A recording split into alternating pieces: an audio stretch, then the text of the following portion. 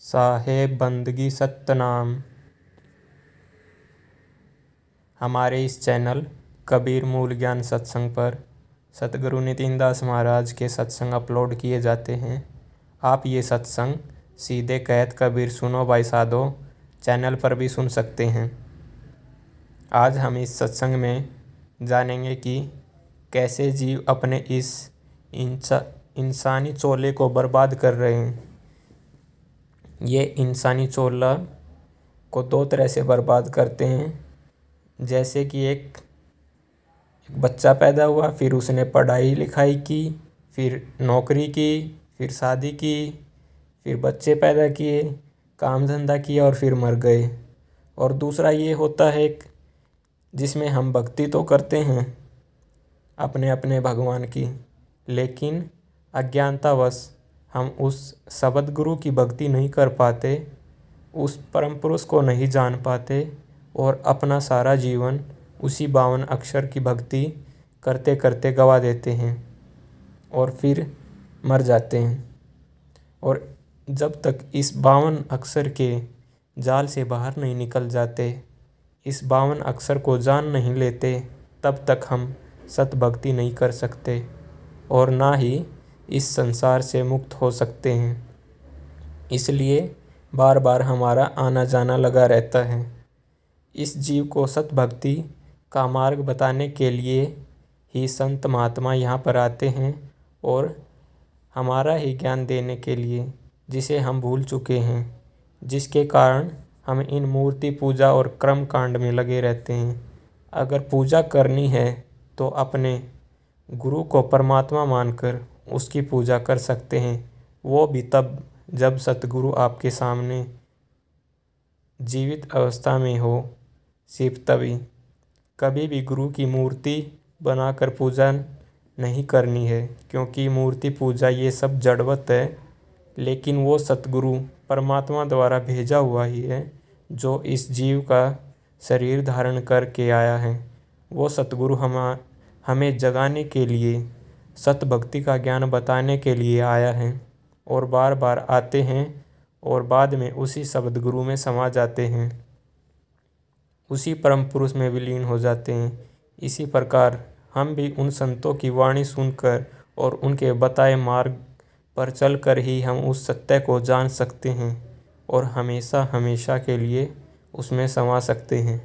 अन्यथा बिना सतगुरु के मार्गदर्शन के हम उस सत्य को नहीं जान सकते, क्योंकि ये ज्ञान सभी ज्ञानों से सर्वश्रेष्ठ ज्ञान है। इस ज्ञान को हर कोई नहीं समझ सकता। इसको केवल वही समझ सकता है जिस पर परमात्मा दया करता है। जब तक वो शब्द गुरु दया नहीं करेगा, तब तक उसे ये ज्ञान बिल्कुल भी समझ नहीं आ सकता। और जिस जीव पर शब्द गुरु दया करता है, वो स्वयं में परमात्मा का रूप हो जाता है, दोनों का एक रूप हो जाता है। फिर उसको कोई नहीं पहचान सकता कि ये पहले जीव था या नहीं। ऐसा रंग रूप हो जाता है जीव का। फिर कोई भेद नहीं रहता है परमात्मा और जीव के बीच में। बस जब तक आप इस शरीर में हो, तब तक परमात्मा और हम अलग अलग हैं। लेकिन जैसे ही इस शरीर को छोड़कर उस शब्द गुरु के पास जाते हैं, तब हमारा और परमात्मा का एक रूप हो जाता है। तो भाइयों, आज हम सतगुरु नितिन दास महाराज के इस सत्संग के माध्यम से और जानने का प्रयास करेंगे। तो आइए सत्संग सुनते हैं। साहेब बंदगी सतनाम। जब आपको रास्ता बिल्कुल समझ में आने लग जाता है कि हमने क्या करना है, कहां जाना है, क्योंकि ये 184 से निकल के तो हम आ गए इंसान चोले में, लेकिन अगर इंसान चोला बर्बाद कर दिया तो दोबारा उसी 84 में जाना पड़ जाएगा। बर्बाद करने का मतलब क्या है, इसको अच्छी तरह समझ लो। 2 प्रकार से बर्बाद होता है ये चोला। एक तो बर्बाद होता है बिना भक्ति के, यानी पैदा हुए, खाया पिया, बच्चे पैदा किए, मर गए, काम धंधे करते। एक तो ये हो गया बर्बाद करना। और एक बर्बाद तब होता है जब हम भक्ति तो करते हैं अपने अल्लाह, अपने वाहिगुरु, अपने गॉड, अपने भगवान, अपने राम, अपने कबीर की, लेकिन सत भक्ति नहीं कर पाते। भक्ति तो करते हैं लेकिन सत्य की भक्ति नहीं कर पाते। सत्य मतलब आत्मदेव। हम आत्मदेव को नहीं समझ पाते और भक्ति के नाम पे हम क्या करने लग जाते हैं? 52 अक्षरी मंत्रों के जाप। हिंदू राम राम करने लग जाता है, मुसलमान अल्लाहू अल्लाहू करता है, सिख भाई वाहिगुरु वाहिगुरु करते हैं और ईसाई भगवान गॉड की प्रेयर करने लग जाता है। सबके सब 52 अक्षर में ही हैं। चाहे कलमा पढ़ लो, चाहे आरती गा लो, चाहे प्रेयर कर लो, चाहे अरदास लगा लो, सब 52 अक्षर ही है। इसी 52 अक्षर को पहचान के इन 52 से न्यारे हो जाना है, तब सत भक्ति को ग्रहण कर पाओगे। 52 का डोरा जब तक नहीं टूटा तब तक मेरे भाई सत भक्ति नहीं मिलेगी। इसीलिए साहिब ने बोला, जब 52 का टूटे डोरा, सहजे छूटे काल झकोरा, फिर नहीं आए फिर नहीं जाए, सार शब्द में रहे समाए। हम तभी उस सार शब्द में रह पाएंगे जब हम पहले सत्य को जानेंगे। सत्य है क्या? तो इसी सत्य को बताने के लिए बड़े बड़े संत महात्मा इस दुनिया में आते हैं और हमें समझा के सत्य में ही लीन हो जाते हैं। और हमें अपनी पूजा करने के लिए, यानी उनकी पत्थरों की मूर्ति बना के या कैलेंडर लगा के या फोटो लगा के अगरबत्ती जलाना, देसी घी की खड़ी जोत जलाना, ये सब कराने के लिए संत महात्मा नहीं आते। ये तो कर्म कांड में गिना जाता है। संत महात्मा आते हैं हमें सत्य से जोड़ने के लिए कि सत्य क्या है। और जब हम सत्य को जान पाते हैं ग्रंथों के द्वारा समझ के, संतों की वाणियों से, तब ही हम सत्य से जुड़ सकते हैं। अन्यथा हमें पता ही नहीं चल सकता कि ये सत्य होता क्या है। इसीलिए गीता में भी बोला है कि 2 प्रकार के वस्तु हैं इस दुनिया में, एक सत्य और एक असत। असत तो हर प्रकार की देह को बोला गया है और सत्य आत्मा को बोला गया है।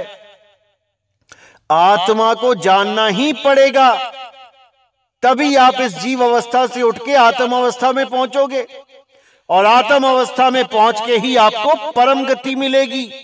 परम अवस्था को प्राप्त हो जाओगे, परम आत्मा ही बन जाओगे।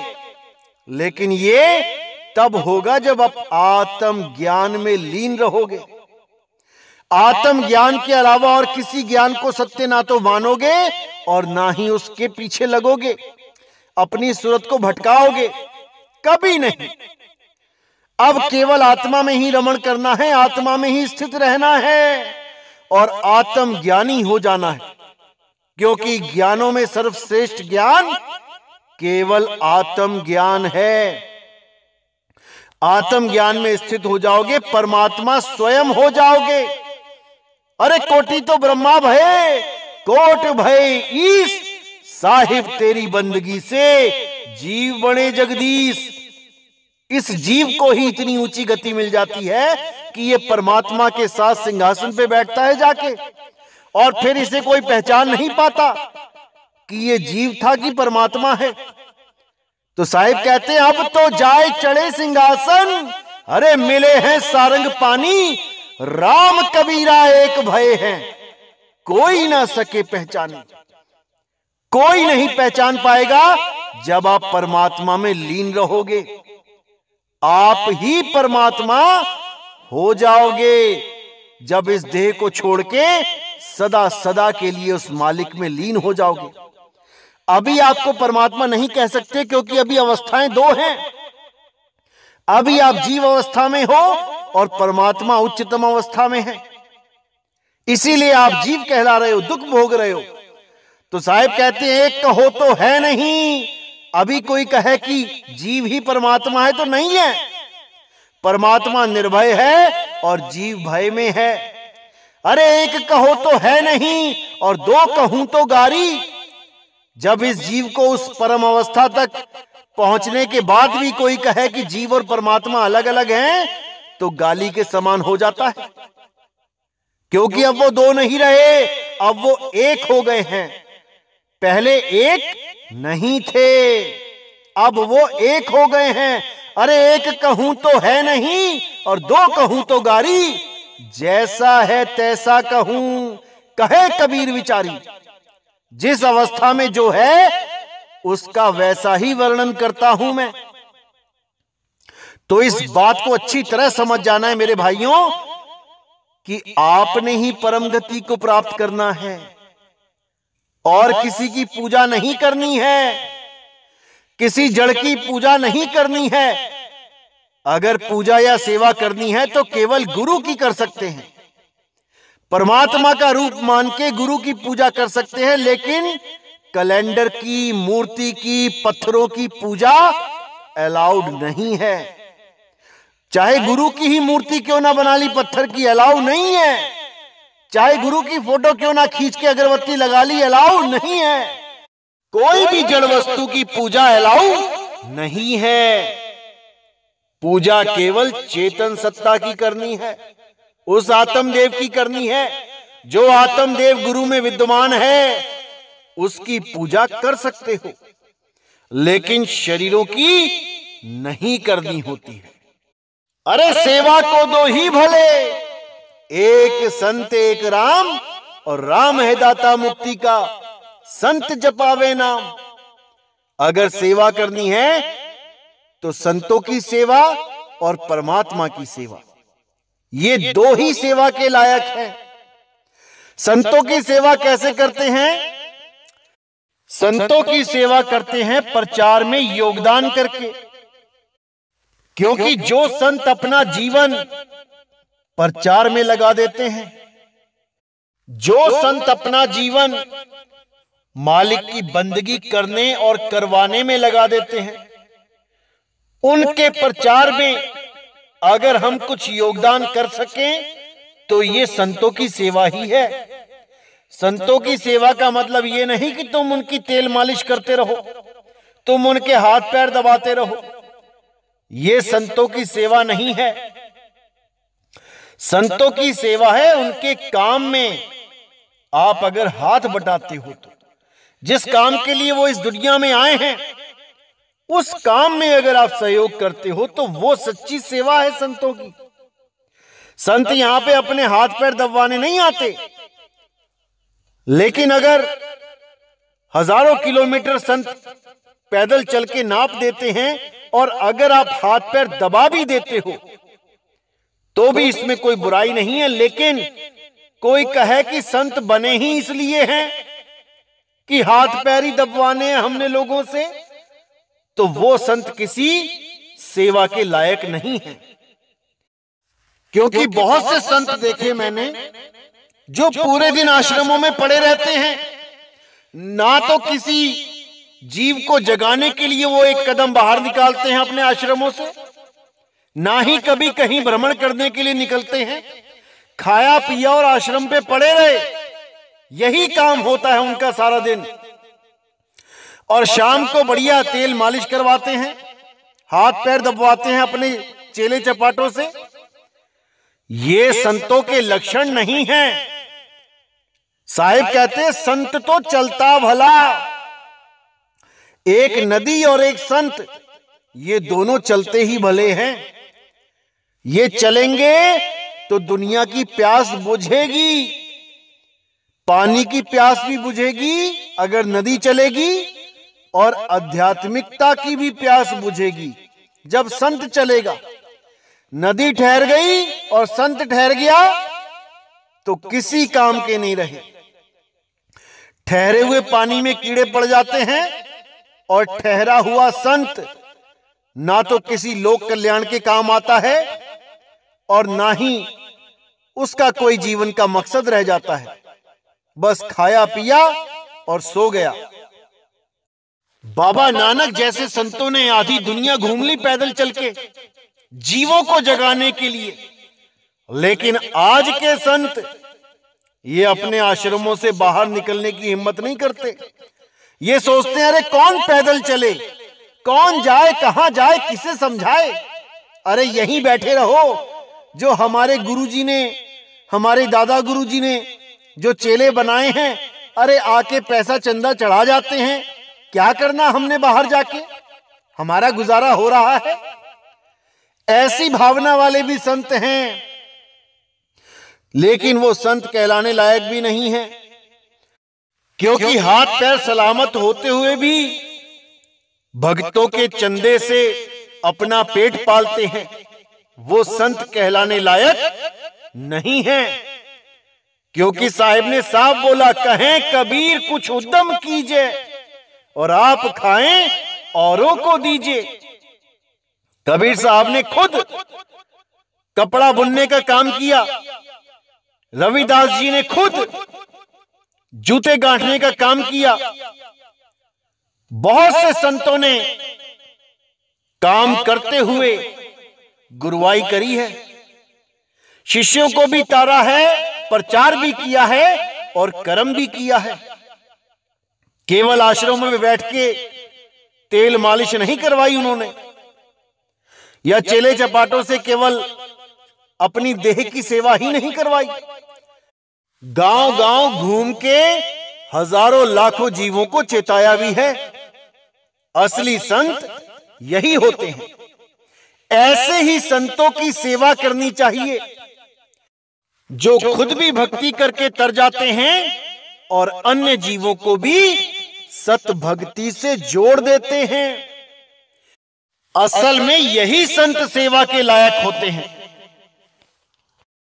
और जो भी भगत संतों के प्रचार में योगदान करता है, परमात्मा के अन्य बच्चों को जगाने में मदद करता है, परमात्मा सदा उससे प्रसन्न रहते हैं।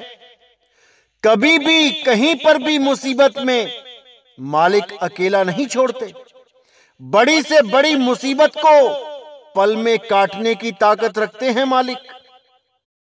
इसीलिए हमें तन मन धन से उन संतों के प्रचार में योगदान करना ही चाहिए। तो एक तो हो गई संत की सेवा, प्रचार में योगदान, और एक हो गई परमात्मा की सेवा। परमात्मा की सेवा कैसे करते हैं? भजन सिमरन से। भजन सिमरन के द्वारा ही परमात्मा की सेवा की जा सकती है, और कोई रास्ता नहीं है परमात्मा की सेवा करने का। इसीलिए बोल दिया है, सेवा को दो ही भले, एक संत एक राम। या तो सत्संग में प्रचार में योगदान कर लो, या फिर परमात्मा की भक्ति कर लो। अगर समर्थ है तो प्रचार में योगदान करो, अगर समर्थ नहीं हो तो परमात्मा की भक्ति करो। दोनों से ही जीव का कल्याण होता है, परमात्मा की खुशियां प्राप्त होती हैं, और सदा सदा के लिए मुक्ति मिल जाती है। आना जाना छूट जाता है, ये जन्म मरण के बंधन टूट जाते हैं केवल सेवा करने से। इसीलिए बोला है, सतगुरु की सेवा सफल है, जे को करे चित लाई। दुनियावी सेवा भी कर सकते हैं और आध्यात्मिक सेवा भी कर सकते हैं। इन दोनों प्रकार की सेवा करने वालों के लिए मालिक के दरवाजे सदा खुले रहते हैं। इसलिए मेरे भाइयों, सेवा तो जरूरी है, बहुत जरूरी है। लेकिन अगर सेवा करने के बाद किसी प्रकार का अहंकार आ गया या गलत सोच आ गई, तो वो सेवा किसी काम की नहीं रह जाती, बल्कि आप दंड के अधिकारी हो जाते हो। यही अहंकार आपको 84 में ले जाता है। जैसे बहुत से लोग मैंने देखे हैं, पहले तो ऐसे सोच के आते हैं कि हम बहुत बड़े सेवादार बनेंगे, तन मन धन लगा देंगे, मालिक के नाम पे अपना सिर कटा देंगे, ऐसे भाव लेके भी आते हैं। अपना पूरा जीवन निछावर करने के लिए आते हैं गुरु के चरणों में, लेकिन धीरे धीरे धीरे धीरे उन्हें लगने लग जाता है कि मैं तो बहुत स्पेशल हूं, मेरी वजह से ये प्रचार हो रहा है, मेरी वजह से लोग जुड़ रहे हैं, मेरी वजह से ऐसा हो रहा है, मेरी वजह से वैसा हो रहा है, मेरी वजह से इतनी भीड़ आई है इस पंथ में। कुछ लोग ऐसा सोचने लग जाते हैं और यही उनके पतन का कारण बन जाता है। वो ज्यादा देर टिक नहीं पाते, 1 साल 1.5 साल में ही किनारे निकल जाते हैं, क्योंकि परमात्मा उनको खुद ही इस पंथ से निकाल के बाहर करता है। कैसे करता है? कहते हैं विनाश काले विपरीत बुद्धि। उनकी बुद्धि ही ऐसी कर देता है कि वो खुद ही ऐसा गलत कार्य कर जाते हैं जिससे वो अपने आप ही अपनी नजरों में गुनहगार हो जाते हैं और वो स्वयं ही इस पंथ से किनारा कर लेते हैं, क्योंकि वो ऐसी गलती कर बैठते हैं जिसकी माफी भी वो नहीं मांग पाते, क्योंकि बीच में अहंकार भी आ जाता है कि मैं कैसे माफी मांगू किसी से, मेरी तो कहीं गलती है ही नहीं, मैं तो शुद्ध हूं, पाक हूं, पवित्र हूं, ऐसा हूं, वैसा हूं। इसी भाव में, इसी अहंकार में वो सदा सदा के लिए इस पंथ से दूर हो जाते हैं।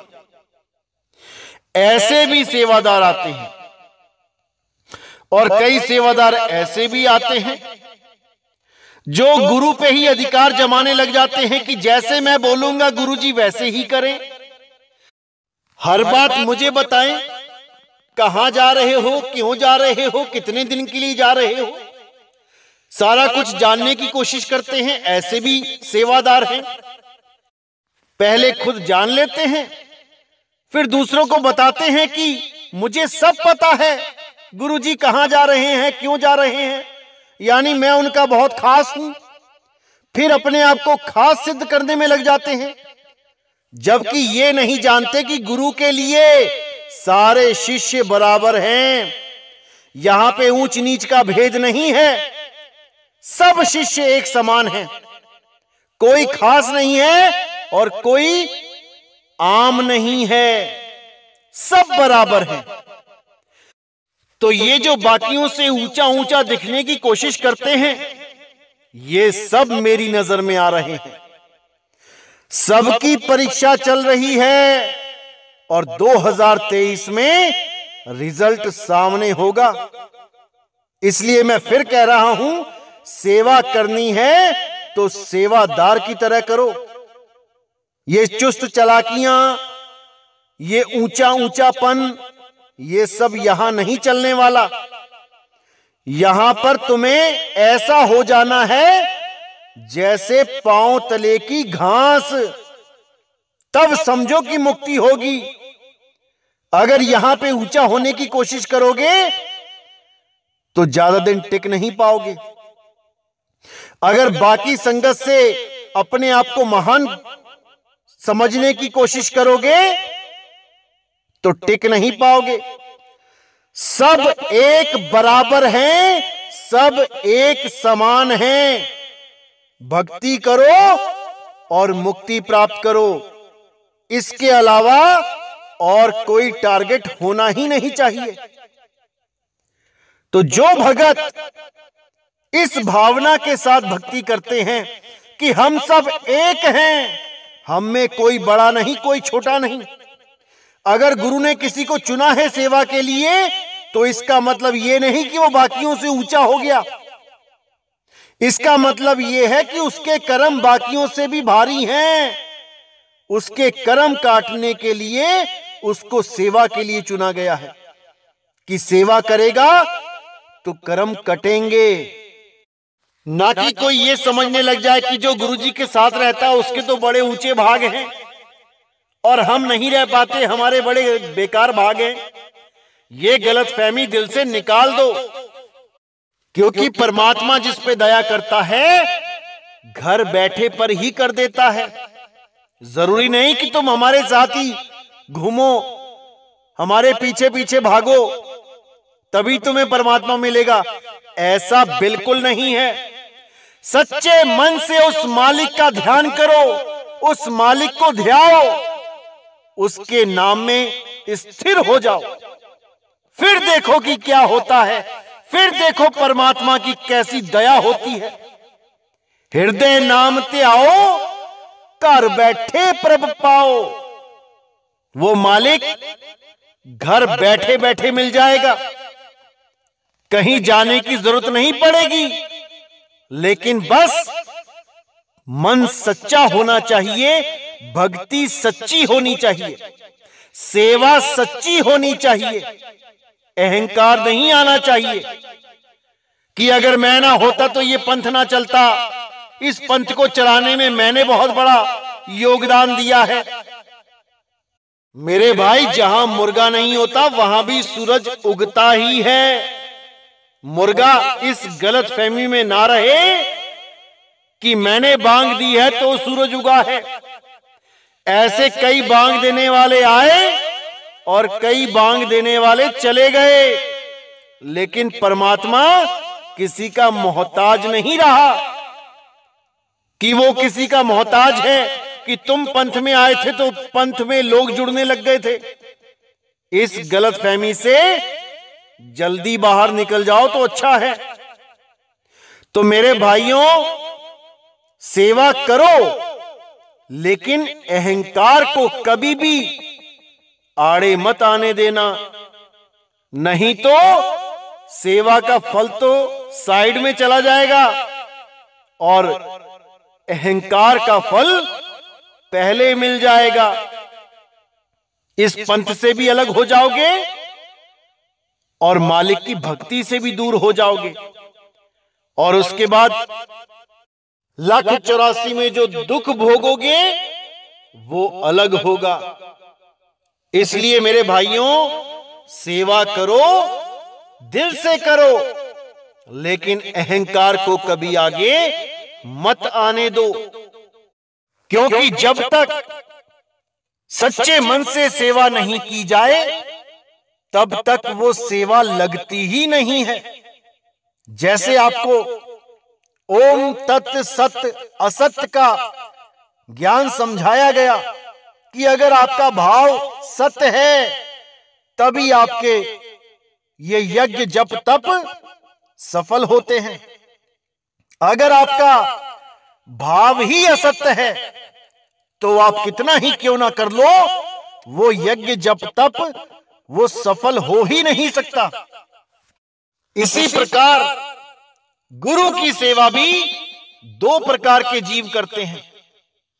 एक तो वो होते हैं जो कुछ सोच के, कुछ मन में इच्छा लेके, कोई दुनियावी पदार्थ की चाह रख के सेवा करते हैं, और उस सेवा के फल स्वरूप उन्हें वो दुनियावी पदार्थ चाहिए होता है।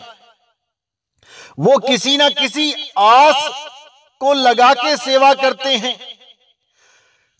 जैसे वो सोचते हैं कि हम इस पंथ में सेवा कर रहे हैं तो हमें कोई बड़ा ओहदा मिल जाए, हमें कोई बड़ा पद मिल जाए, हम बाकियों से ऊंचे हो जाएं क्योंकि हम सेवादार हैं। कुछ ये सोच के सेवा करते हैं। और मेरे भाइयों, मैं सही बताऊं, इस प्रकार के लोग 1.5 साल से ऊपर टिक ही नहीं सकते। हद 1.5 साल, इससे आगे उनके बस का रोग नहीं है नितिन दास के साथ रहना, क्योंकि जो वो चाहते हैं, जो वो लाभ इस पंथ में रह के प्राप्त करना चाहते हैं, दुनियावी लाभ, वो उनको मिलने वाला नहीं है। चाहे कोई पद का भूखा हो, मान बढ़ाई का भूखा हो, या और किसी चीज की भूख है, उसको भूखा ही रहना पड़ेगा, क्योंकि ये पंथ केवल परमात्मा की प्राप्ति के लिए चलाया जा रहा है, ना कि दुनियावी पदार्थों की पूर्ति के लिए। तो अगर कोई इस गलत फहमी में है कि मैं सेवा करूंगा तो ऐसा हो जाएगा, मैं सेवा करूंगा तो वैसा हो जाएगा, वो गलती से भी इस पंथ में मत आना। यहां बिन मांगे मोती मिले और मांगे मिले ना भीख। इसलिए मेरे भाइयों, निस्वार्थ होके आना, ऐसे सेवा करना कि परमात्मा से परमात्मा के अलावा कुछ मांगो ही ना।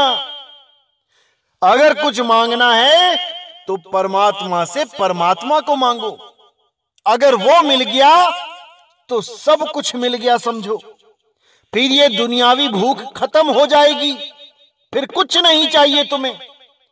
और ये जितने भी हमारे खिलाफ बोलते हैं कि मैंने नितिन दास का इतना साथ दिया, मैंने नितिन दास का उतना साथ दिया, अरे भाई साथ दिया तो परमात्मा के लिए दिया, नितिन दास से कुछ चाहिए था क्या?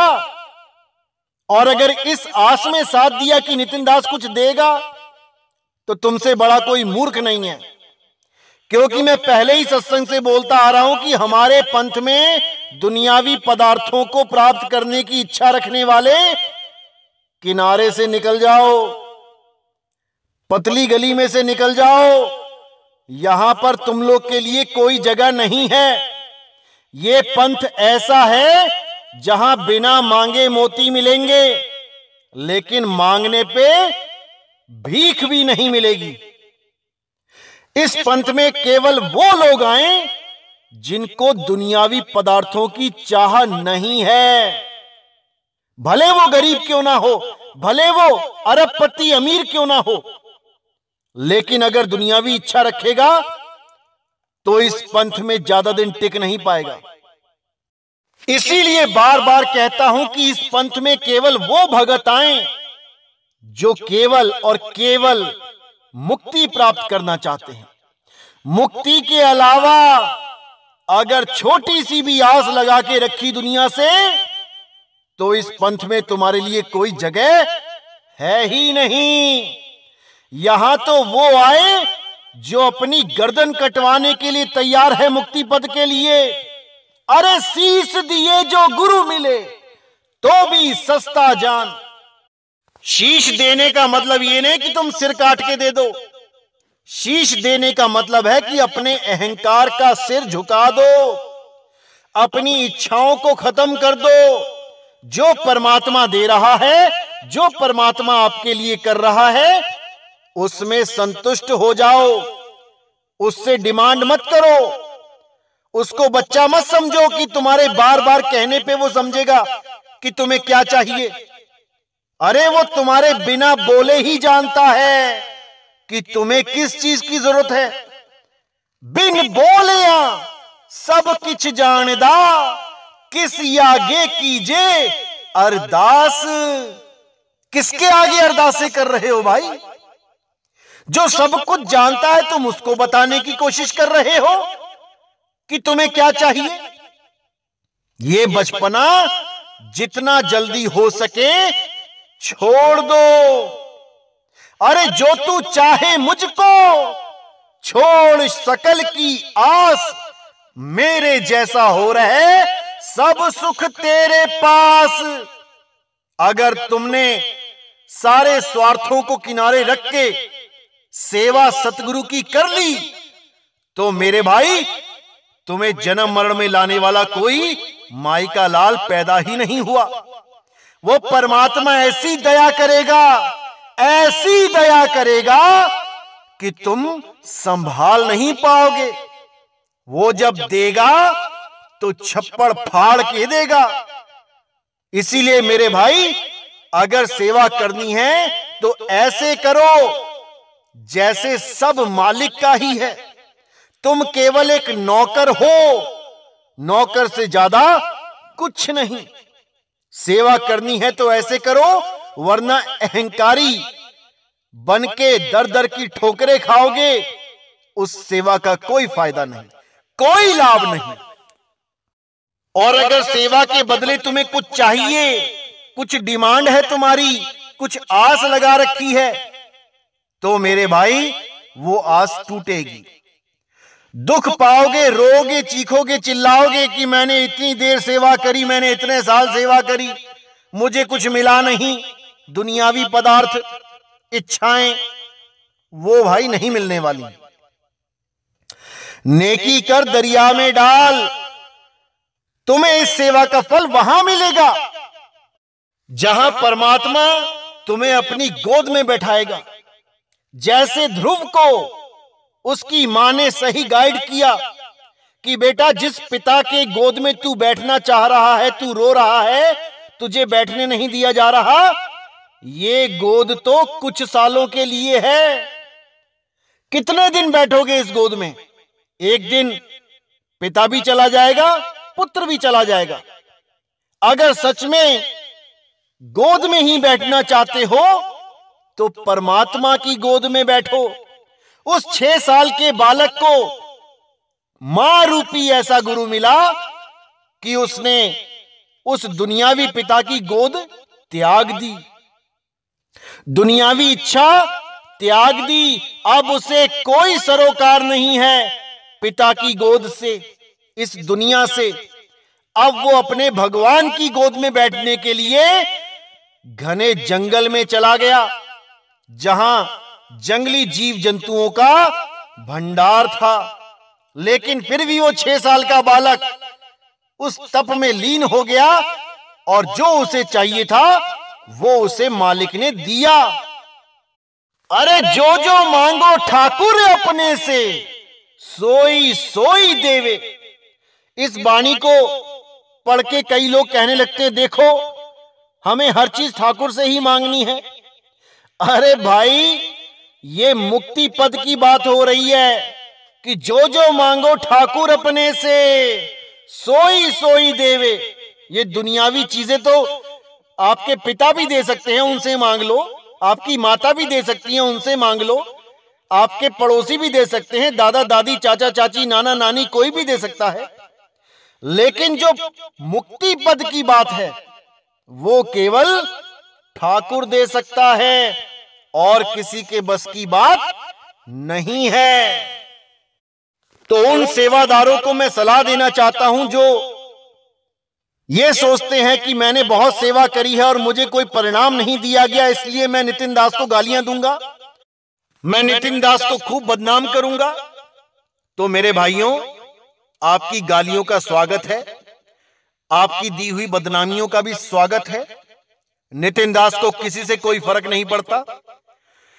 करने वाला जो कर रहा है उसका भुगतान उसे परमात्मा देगा। नितिन दास ना तो किसी के लिए बुरा कहेगा और ना ही कभी किसी का बुरा चाहेगा, क्योंकि नितिन दास को इस चीज की परमिशन ही नहीं है कि परमात्मा के जीवों को बुरा कहे या परमात्मा के जीवों का बुरा मांगे। अरे ईसा मसीह को क्रूस पे चढ़ा दिया गया, कीलें ठोक दी गई, वो तब भी यही बोलते रहे, हे मेरे परमात्मा, इन बच्चों को माफ करना, इन्हें नहीं पता कि ये क्या कर रहे हैं, क्योंकि काल ने इनकी बुद्धि भ्रष्ट कर दी है। ये समझ नहीं पा रहे हैं कि ये क्या कर रहे हैं। इन सब को क्षमा करना मेरी यही अरदास है आपसे। तो इसी प्रकार नितिन दास भी परमात्मा के आगे यही अरदास करता है कि जो लोग मेरे खिलाफ बोलते हैं, मुझे गालियां देते हैं, मुझे बदनाम करने की कोशिश करते हैं, हे परमात्मा उन्हें माफ करना। वो नहीं जानते कि वो कितनी बड़ी गलती कर रहे हैं, लेकिन वो मन के गुलाम हैं, इसलिए नहीं समझ पा रहे। मन उनके ऊपर हावी हो चुका है, इसलिए वो इस चीज को नहीं समझ पा रहे और सत्य के प्रचार में रोड़ा बनने की कोशिश कर रहे हैं। मैं उनके लिए भी परमात्मा से क्षमा मांगूंगा कि उनकी जगह मैं आपसे माफी मांगता हूं। ये नादान नहीं जानते कि ये क्या कर रहे हैं, लेकिन मेरी अरदास से आप इन लोगों को माफ करें, इन लोगों का भी भला करें, क्योंकि सब अपने ही भाई हैं, सब उसी मालिक के बच्चे हैं। हमने किसी का बुरा चाहना ही नहीं है, चाहे कोई कितना ही बुरा क्यों ना करे, हमने पलट के जवाब नहीं देना।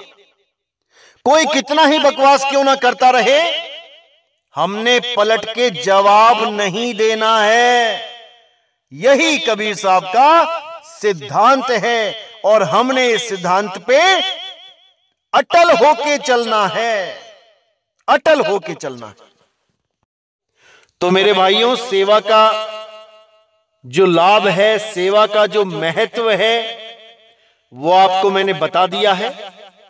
और बहुत जल्दी एक सेवा और आने वाली है। तो आज का सत्संग मैं यहीं समाप्त करता हूं और बहुत जल्दी आगे और गुप्त भेदों का खुलासा होता रहेगा। तब तक के लिए मुझे विदा करें। बोलिए सतगुरु वैराग साहिब की जय, सतगुरु मदनपति साहिब की जय, सतगुरु बंदी छोड़ सतगुरु सत्य कबीर साहिब की सदा ही जय हो, सदा ही जय हो। मेरे मालिक की साहिब बंदगी सतनाम। तो दोस्तों, मैं आशा करता हूँ कि आपको ये सत्संग बिल्कुल अच्छे से समझ में आ गया होगा। साहिब बंदगी सतनाम।